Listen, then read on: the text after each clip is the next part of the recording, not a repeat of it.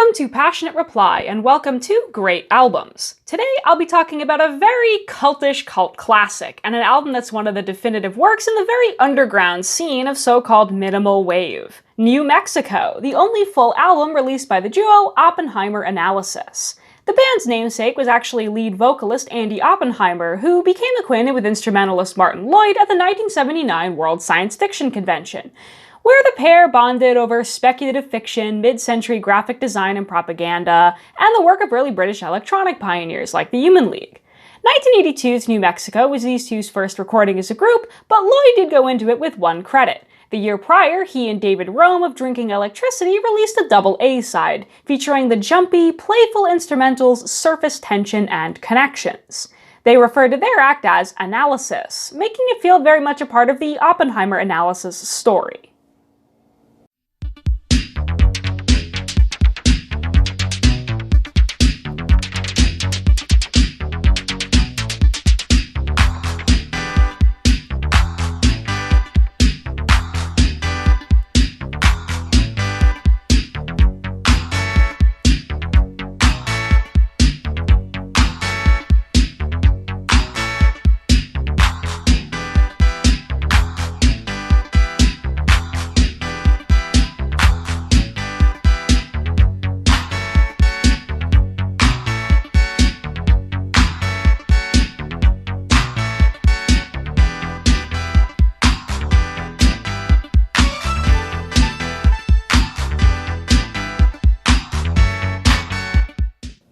Oppenheimer, meanwhile, was a true outsider artist, making a living as a nuclear science writer without any substantive musical background. While not all minimal wave is outsider music, and not all electronic outsider music is minimal wave, there's certainly a correlation there. Oppenheimer's reedy, somewhat strained voice lends New Mexico the punkish charm that only utterly untrained vocalists can offer. A vessel that cracks and buckles as it fails to contain the raw emotion within.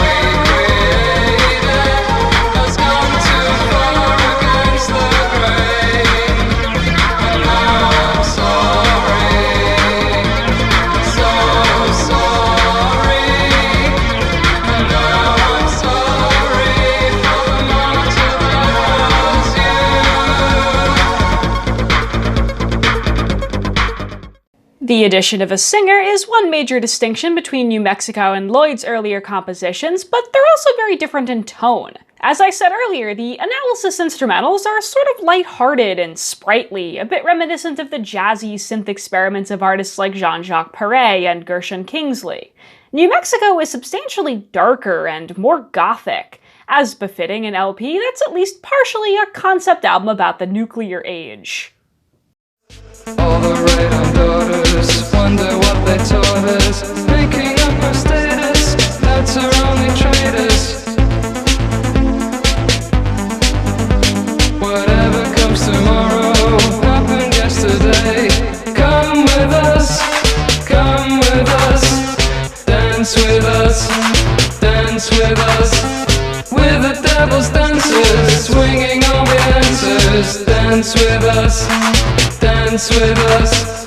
We're the devil's dancers, swinging all the answers. Dance with us, dance with us. Dance with us until your head is spent.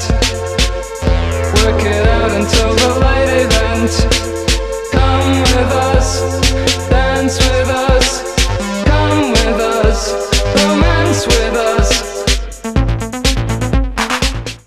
While nuclear anxiety is an indispensable theme of the album, it's never a suffocating one that makes it feel horribly antiquated to modern ears. It's a very aestheticized rumination on nuclear themes that never jumps up and hollers, "Bombs are bad!" Take, for example, the track Radiant, probably the best known track on New Mexico, to the extent that any of them are that well known. It's one of the album's most languorous, atmospheric moments, and paints a vividly desolate picture of Ground Zero after a detonation, with its fluttering, delicate, but ultimately frigid synth flourishes.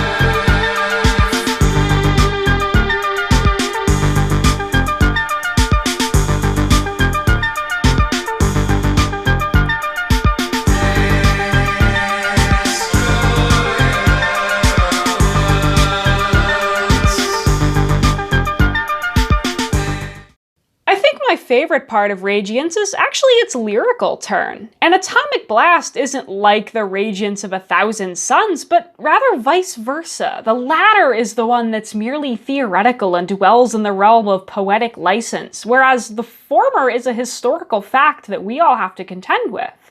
Radiance is quite solid, but in many ways it's a pale imitation of the title track, a 7-minute sprawl that works exquisitely as a kind of musical landscape painting.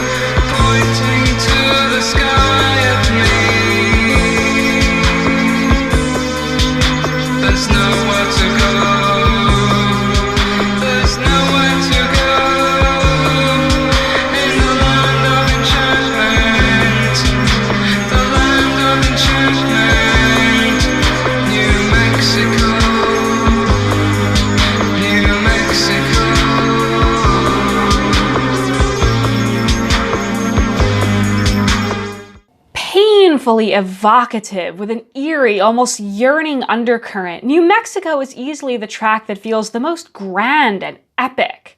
I would really have loved for it to be given more of a place of honor in the track listing, possibly as the closing track, but it's wedged somewhat awkwardly in the middle of the second side. I suppose we can't expect quite as much from a gonzo underground mail-order cassette release, though. At any rate, while Radiance and New Mexico are absolutely about atom bombs, they remain very emotionally intimate, almost torturously so. A lot of the other tracks are less about the bomb itself and more about the rise of big science in the mid-century consciousness in the wake of the Second World War, chiefly men in white coats.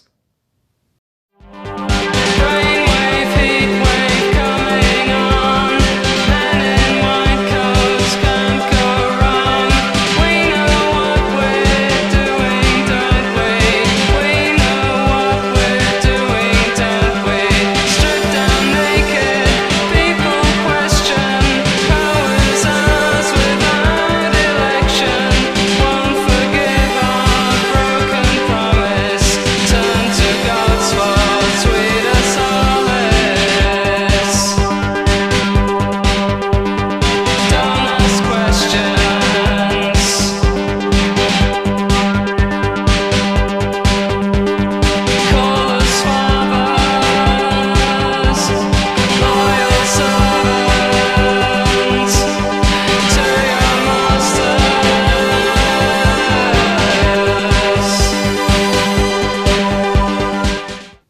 As in The Devil's Dancers, Oppenheimer happily accepts this role of an evil or insidious narrator here and sells us this megalomaniacal perspective with aplomb. A lot of early 80s synth, minimal wave, and otherwise is characterized by more deadpan vocalists, but I can't stress enough how much Oppenheimer's piercing lead vocals bring to this album. It's perhaps the most critical on the tracks that delve into the more traditionally emotional topics, chiefly the standard romantic love numbers. Take, for instance, the harrowing, neurotic Scorpions. I had daydreams of flying, if only for a moment.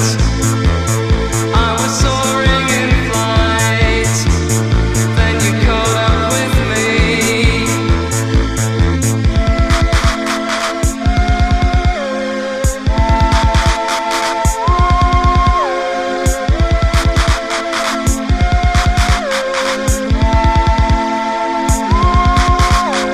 What's the use of being free?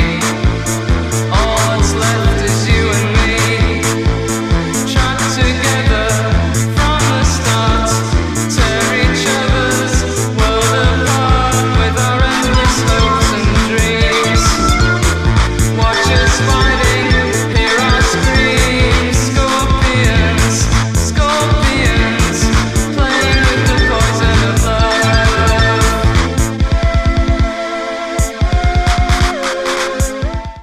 I'm certainly a fan of the title New Mexico, which just ties together all the right connotations. First and foremost, New Mexico is a place you can visit, and this is one of those albums that really wants to ground you in a narrow and specific sense of place, a sonic landscape.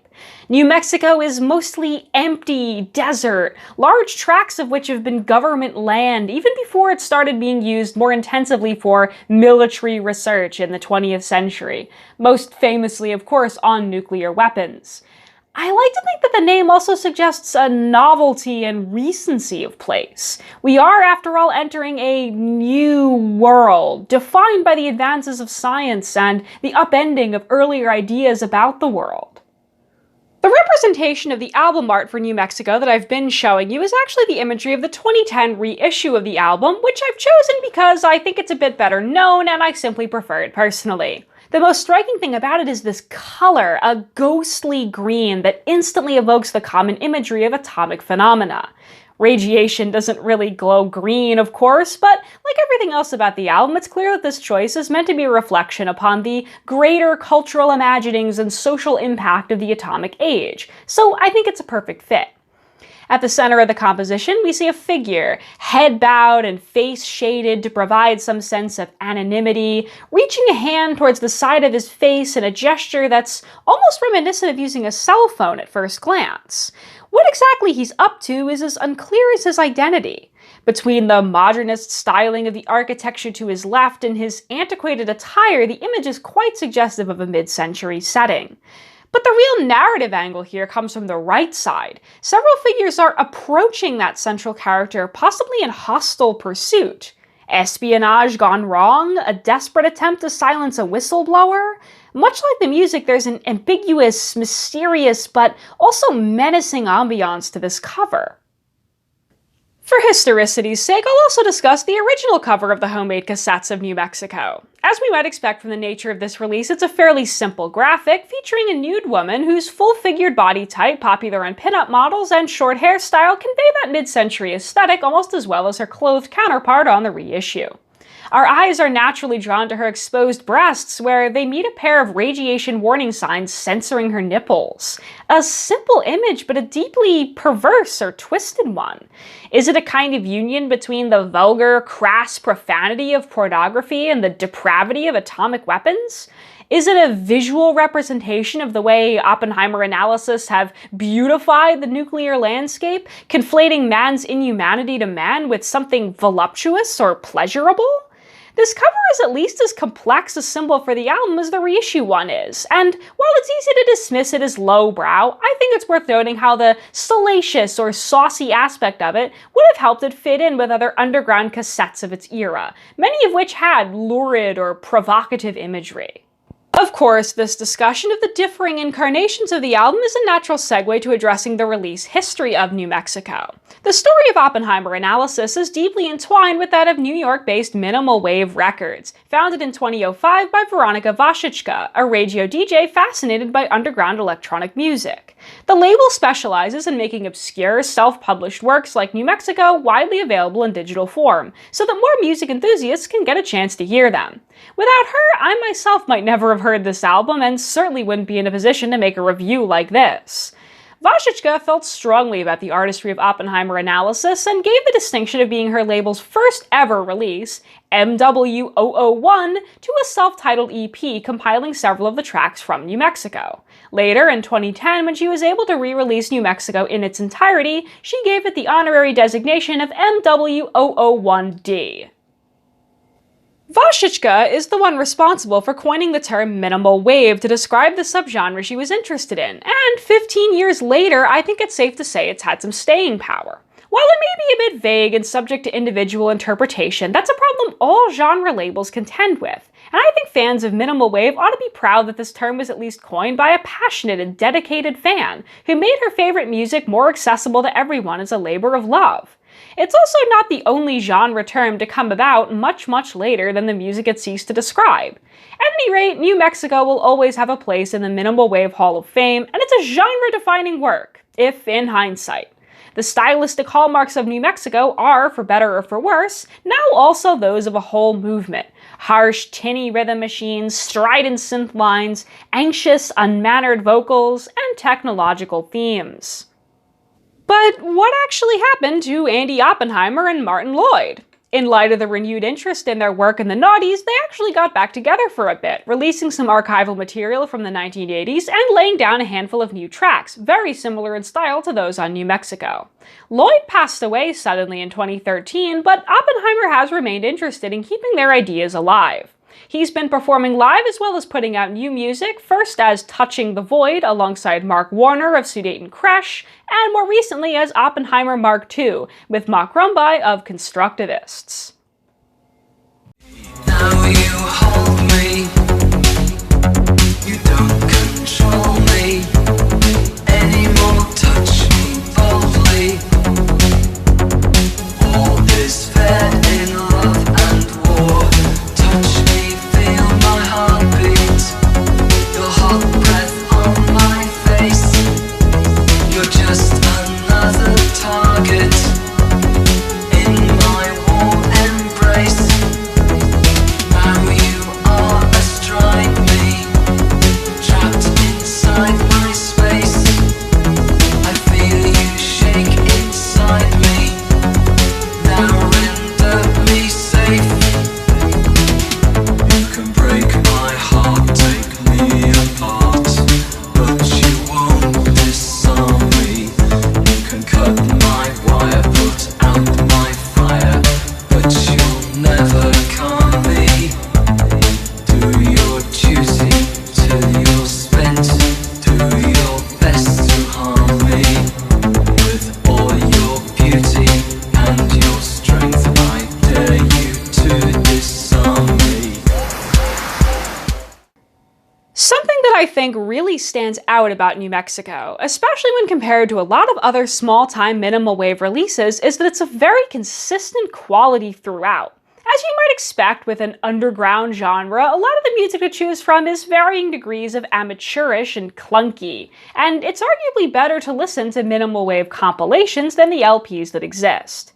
New Mexico is an exception though, and doesn't have any particularly weak tracks. The favorite tracks cited by fans of the album tend to vary pretty widely. My top pick, though, is the album's opener, Don't Be Seen With Me. It's a perfect marriage of dizzying, spiraling synth runs, and one of Oppenheimer's most frenetic vocal performances that creates a masterful portrayal of being swept up in infatuation with somebody you really shouldn't be fooling with. That's all I've got. Thanks for listening.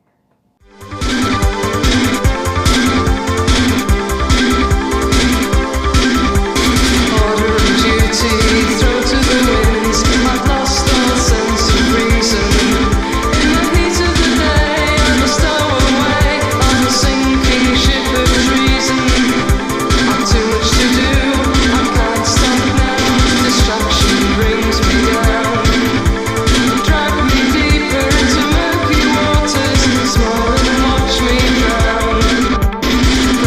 great